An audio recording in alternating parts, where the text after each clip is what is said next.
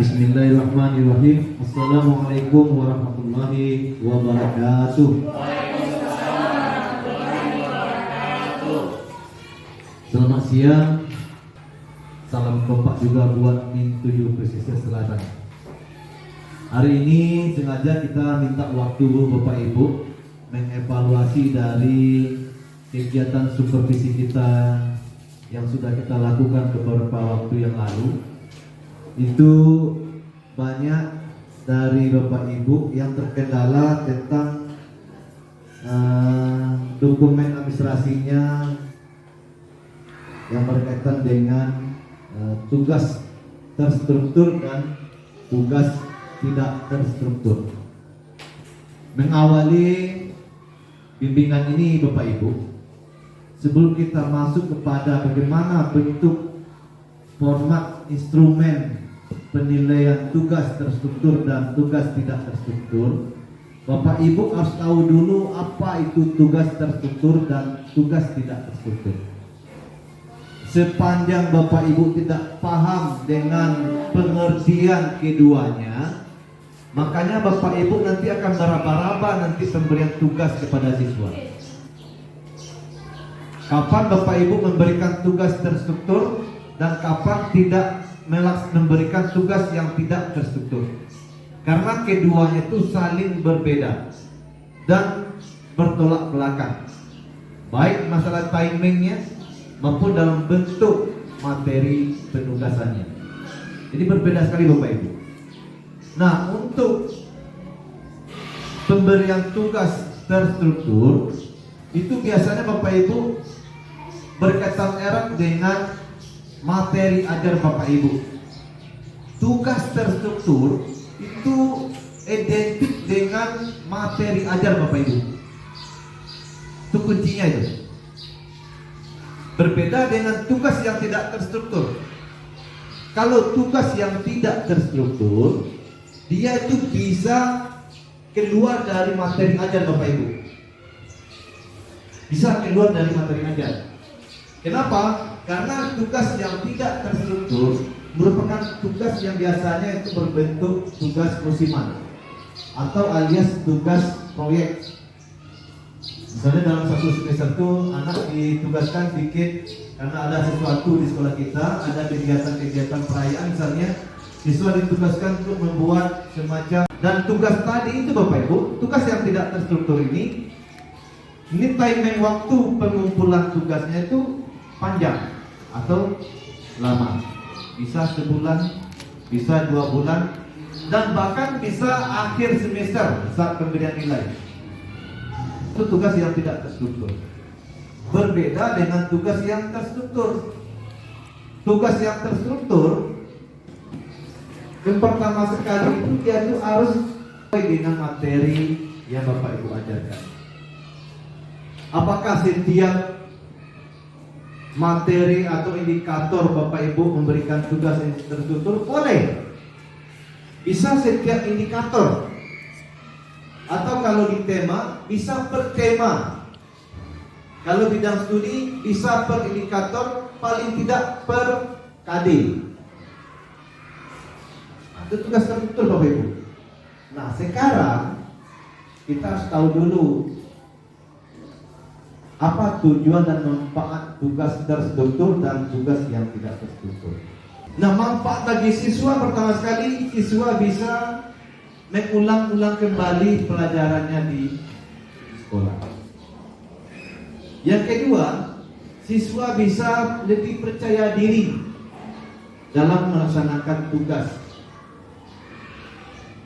Dan bagi guru juga ada manfaatnya Bapak Ibu, tujuannya lebih lengkap administrasinya dan lebih profesional. Kemudian guru bisa mengevaluasi sejauh mana siswa mampu memahami dari materi yang diajarkan. Nah, kemudian Bapak Ibu, untuk melakukan evaluasi terhadap tugas yang kita berikan, baik yang terstruktur yang tidak terstruktur, itu ada instrumen penilaiannya. Biasanya kita kalau berikan tugas terstruktur, biasanya yang kita nilai hasil jadi, langsung kok hasil jadi. Disuruh bikin keramik misalnya. Kalau bidang studi di SPK misalnya disuruh anak bikin keramik, bikin patung, atau bikin pas bunga, ya kan? Tadi di dasar negatif studi modern. Makanya kita perlu instrumen penilaian dan wajib ada instrumen penilaian. Tanpa itu penilaian Bapak Ibu fiktif, karena tidak ada dasar. Kalau Bapak Ibu melakukan evaluasi ulangan harian, mana instrumennya? Apa itu instrumennya? Ulangan harian.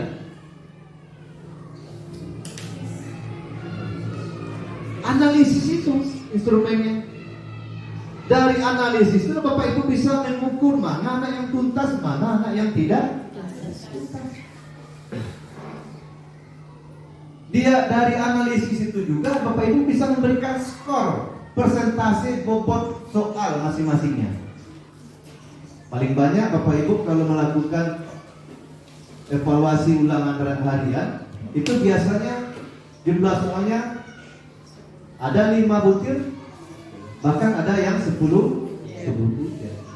Nah, masing-masing poin tadi, masing-masing butiran soal tadi itu sudah ada bobot persentasenya, bobot persentase penilaian, yang jumlah kumulatifnya nanti tidak boleh lebih dari 100%.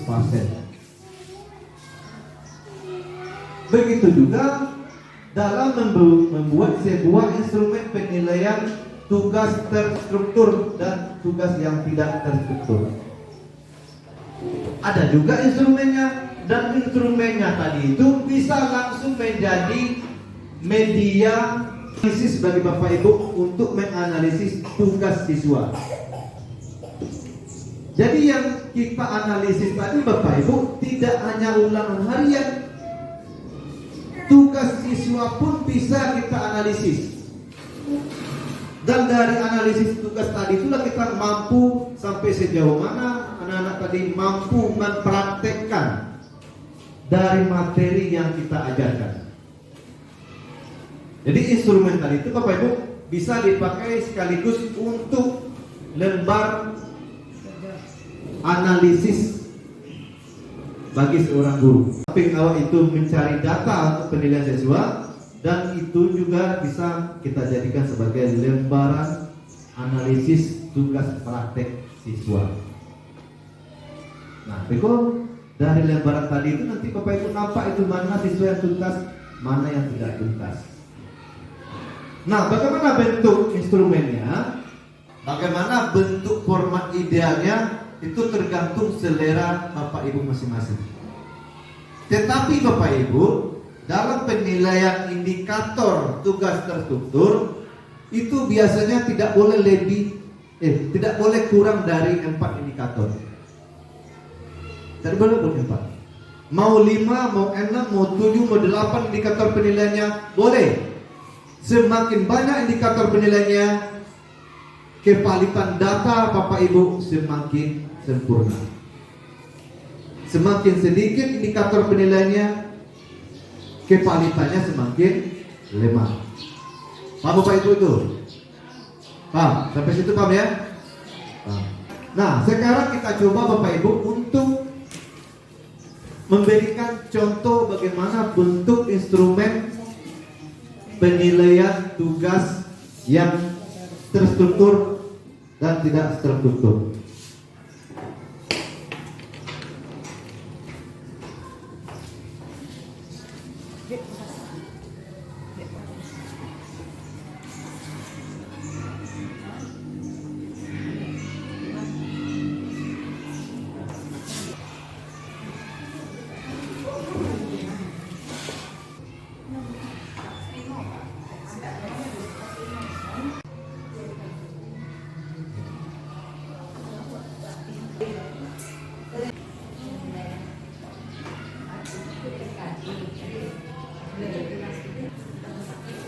Nah, formatnya kira-kira seperti ini Bapak Ibu. Kalau Bapak Ibu mau menambah lagi untuk lebih sempurna, untuk lebih cukup, itu tergantung selera Bapak Ibu maksimal. Nah, Di sini Bapak Ibu ada kolom nomor di sini 1, 2, 3, 4, 5 dan seterusnya. Ini kolom nama siswa. Nama siswa. Nah kemudian inilah format penilaiannya Bapak Ibu yang disebut dengan Indikator penilaian. indikator Penilaian. penilaian.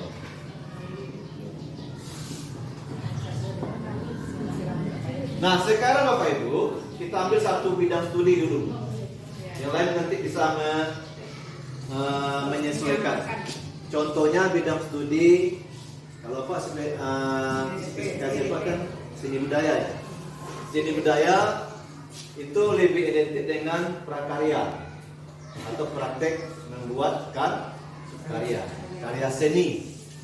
Nah, kalau karya seni itu indikatornya sama tuh. Kecuali karya seni yang 3 dimensi.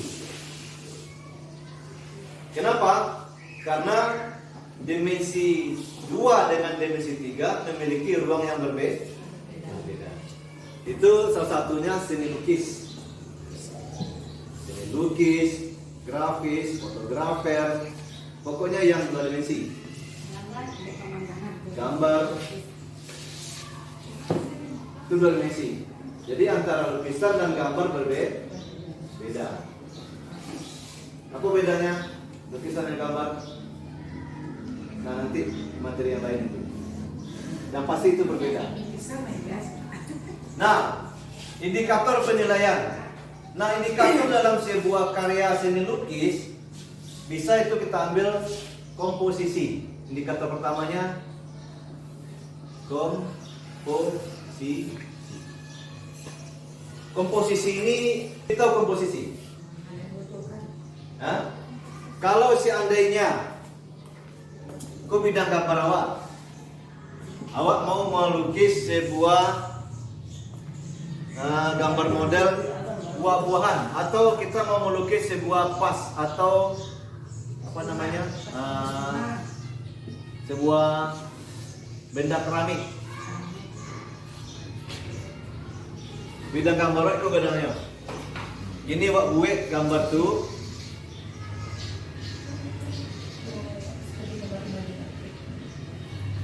Nah, itu kita lagi berbicara tentang komposisi. Apa maksudnya itu? Menyesuaikan bentuk objek ke dalam bidang gambar. Menyesuaikan. Kalau tidak sesuai bentuk objek dengan bidang gambar, artinya komposisinya tidak. Bagaimana upaya kita memposisikan objek gambar dengan bidang gambar? Harus seimbang. Nah, sekarang posisinya bagaimana itu? Tidak sesuai. Artinya komposisinya tidak sesuai. Paham tentang komposisi Bapak Ibu? Itu komposisi. Penempatan objek gambar dengan bidang atau penyesuaian objek dengan bidang itu komposisi. Keseimbangan, keselarasan, apalagi kesesuaian bentuk ide.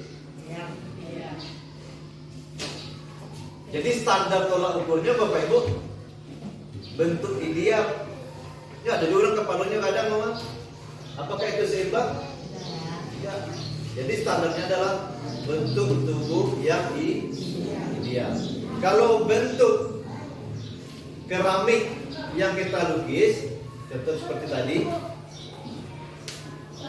gua keramik model lukis misalnya. Rupanya dibuat di anak agak kadang kepala ikut daripada yang kenyataannya. Artinya proporsinya tidak. Atau badannya kok lengkungnya terlalu ramping nyebut di anak. Artinya tidak sesuai dengan proporsi. Mana bentuk idealnya? Model yang kita lihatkan. Model yang kita suruh itu bentuk idealnya.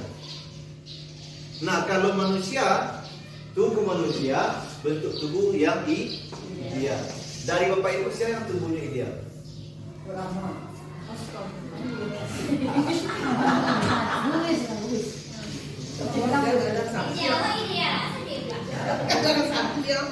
Nah, apa nak sampaikan? Yang pasti Bapak Ibu udah tahu mana tubuhnya yang ideal, mana yang kurang ideal. Oke Bapak Ibu lanjut.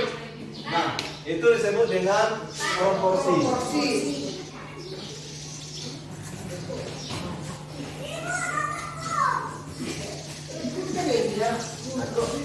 Bapak Ibu, fokus kembali Bapak Ibu. Bahasa yang akan kita nilai tadi itu adalah apa? Karya seni dua Dimensi. dimensi. Nah, kemudian kalau karya dua dimensi, kalau kita melukis, kita tidak pernah lepas dari penggunaan unsur gelap terang atau sumber cahaya. Ini gelap terang.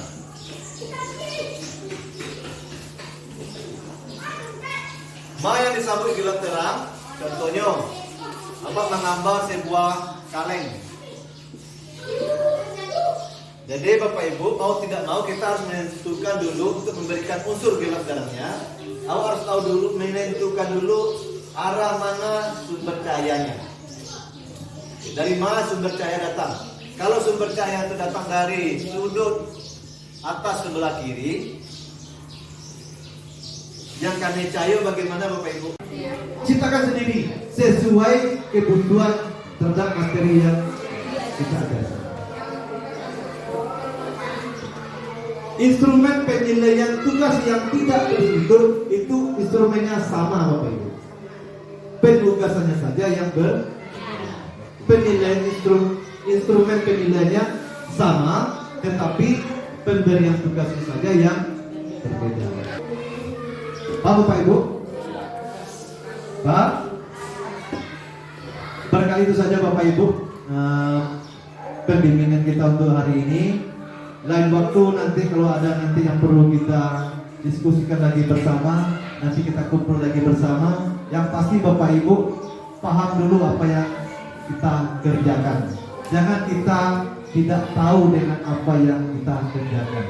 Jadi kita tutup saja dulu Bapak Ibu. Demikian saja yang dapat kita sampaikan hari ini.